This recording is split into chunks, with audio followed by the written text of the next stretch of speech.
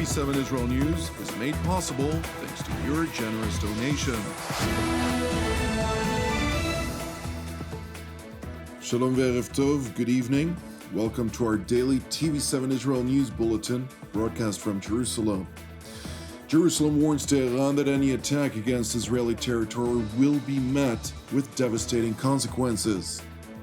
U.S. President Donald Trump stresses that unless Iran agrees to U.S. terms in anticipated negotiations, very bad things will happen. And Ukraine announces that it has designated the Islamic Revolutionary Guards of Iran a terrorist organization. Israel's democratic system, irrespective of deep-rooted differences in the country, is stronger than ever.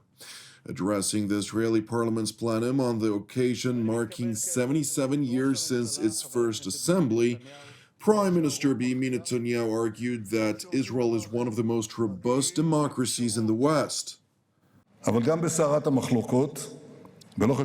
Even at the flashpoint of disagreement, no matter the subject, one thing is clear to everyone: ensuring the existence of the nation is the top priority task.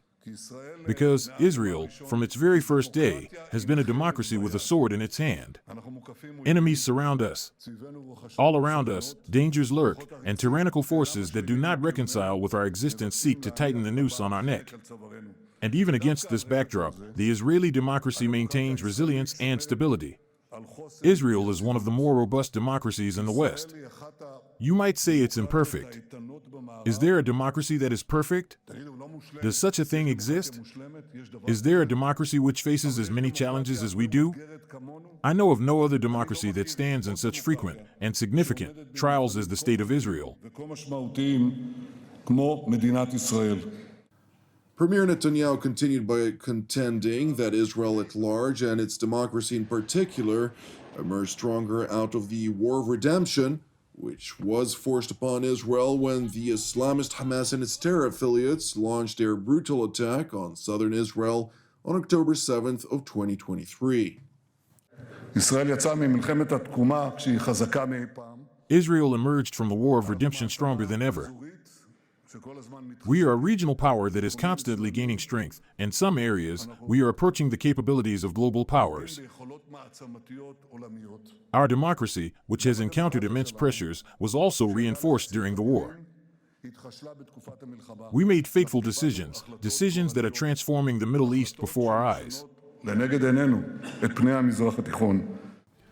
Since October 7th of 2023, the Islamic Republic of Iran opened additional fronts against Israel, attacking Israeli territory unprovoked on October 8th by means of its proxy Hezbollah from Lebanon, on October 10th by Iranian-aligned militias from Syria, on October 17th by the Houthis in Yemen, against freedom of navigation in the strategic strait of Bab el-Mandeb, initially blocking all Israeli or affiliated shipping, and on November 2nd, the Iranian-backed Iraqi militias, Hashd al-Shaabi, had launched their first drone toward Israeli territory.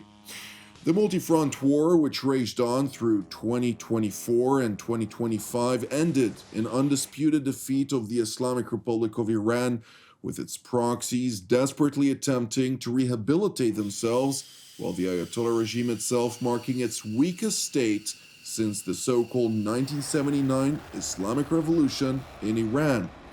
Their remarkable achievements and the Israeli public's resilience is repeatedly praised by world leaders who've relayed their deep appreciation to the leadership in Jerusalem. All of them without exception, and similarly many other leaders, have praised Israel's resilience and our tremendous achievements on the 7 fronts. As a powerful democracy, we stood against the axis of evil, and we prevailed. Our heroic soldiers and commanders, and their courageous spirit, defended our home and our freedom against Iran and its terror proxies. We exacted a heavy toll, a very heavy toll, from anyone who raised the banner of Israel's destruction. And again, I always say, and I think it is clear to everyone, more challenges lie ahead of us. We anticipate more moments of trial. But we are alert and prepared for any development. We are monitoring what is happening, and we are prepared for any scenario. Anyone who attacks us will be dealing with consequences unbearable to them. The warning, which Prime Minister Benjamin Netanyahu leveled, is seemingly directed at the Islamic Republic of Iran, which continues to voice threatening rhetoric over the Ayatollah regime's growing fears related to the ever-growing military presence of the United States military in the area of Central Command, while pledging to strike Tel Aviv in the event of an attack against Iranian territory. The Iranian military's chief of staff proclaimed that the Islamic Republic has rehabilitated its capabilities since the devastating blows it had sustained during the 12-day war with Israel. The armed forces of the Islamic Republic of Iran have ranks upon ranks filled with commanders, generals, officers, and soldiers who will defend this country until the last moment.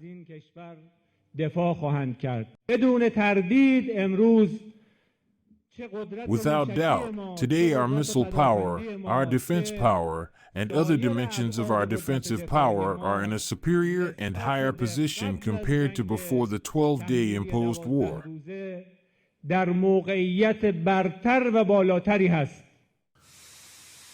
It is important to know that while the United States continues to send military assets into the broader Middle East, President Donald Trump acknowledged that he was giving diplomacy a chance and that it is advisable for the Ayatollah regime to accept his demands.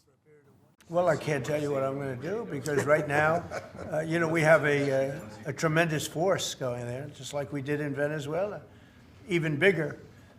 And they'll be there soon. And I'd like to see a deal negotiated. I don't know that that's going to happen. But, I mean, if I knew I wouldn't be able to, I wouldn't tell you. I'd be very foolish if I would tell you. But right now we're talking to them. We're talking to Iran. And if we could work something out, that'd be great. And if we can't, probably bad things would happen. President Trump's decision to give diplomacy a chance comes amid extensive efforts by regional Islamic state actors to include Qatar, Turkey, Oman, Saudi Arabia, and Egypt to de-escalate tensions in the region. Regarding the visit to Tehran, as you know, contacts are ongoing at the highest levels, as we mentioned earlier, between His Highness the Emir and the Iranian president. There was also the visit by His Excellency the Prime Minister, and contacts between various Qatari officials and other parties to ensure de-escalation in the region. This has been taking place over the past few days, not only by Qatar but by all regional parties. There is, of course, very high-level regional communication, as you have seen, aimed at reducing tensions in the region and preventing a return to escalation. The extensive efforts by Qatar, Turkey, and other regional actors has evidently paid off, with negotiations set to begin later this week on Friday, February 6th in Turkey. Now, speaking to regime officials in Iran at the shrine of Ayatollah Ruhollah Khomeini, Tehran's top diplomat, Foreign Minister Abbas Araghchi, has sought to ridicule President Donald Trump, stating that his recent conspiracy to attack Iran had failed.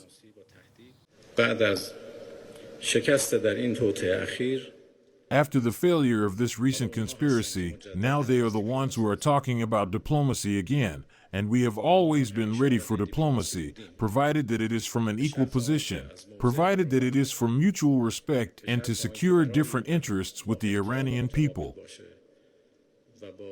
We must speak with respect. Whoever speaks with respect, you will respond with respect, and whoever speaks with threats and force will be responded to with the same language. Meanwhile, following the European Union's decision to designate the Islamic Revolutionary Guards Corps a terrorist organization, the Iranian parliament responded by designating the militaries of the 27 member states of the European Union terrorist organizations as well. I hereby announce that, according to Article 7 of the Law on Countermeasures against the declaration of the IRGC as a terrorist organization, The armies of European countries are considered a terrorist group, and the consequences of this will be borne by the European Union. Death, death to America. Death, death to America. The irresponsible action of the European Union in making the baseless accusation of calling the IRGC a terrorist organization, which was carried out in compliance with the orders of the U.S. President and the leaders of the Zionist regime, accelerated the path of Europe becoming irrelevant in the future world order. It is worth noting that the entire Iranian parliament decided to wear the uniform of the IRGC in support of the terror arm of the murderous Ayatollah regime. Thank you for watching TV7 Israel News. I would like to seize this opportunity to voice my gratitude. If you are a supporter of TV7 Israel, your donation is essential in helping us produce our daily news updates from here in Jerusalem. If you haven't yet supported TV7 Israel, which is exclusively donation-based, please consider doing so. You can donate via our website at www.tv7israelnews.com. Separately, as ever, pray for our brothers and sisters facing persecution globally, including in Iran, Syria, Nigeria, among an extensive list of other nations, along with prayers for the peace of Jerusalem and redemption of Israel. I'm Jonathan Hassan, wishing you an Erev Mevorach, and God willing, until our next update, Shalom from Jerusalem.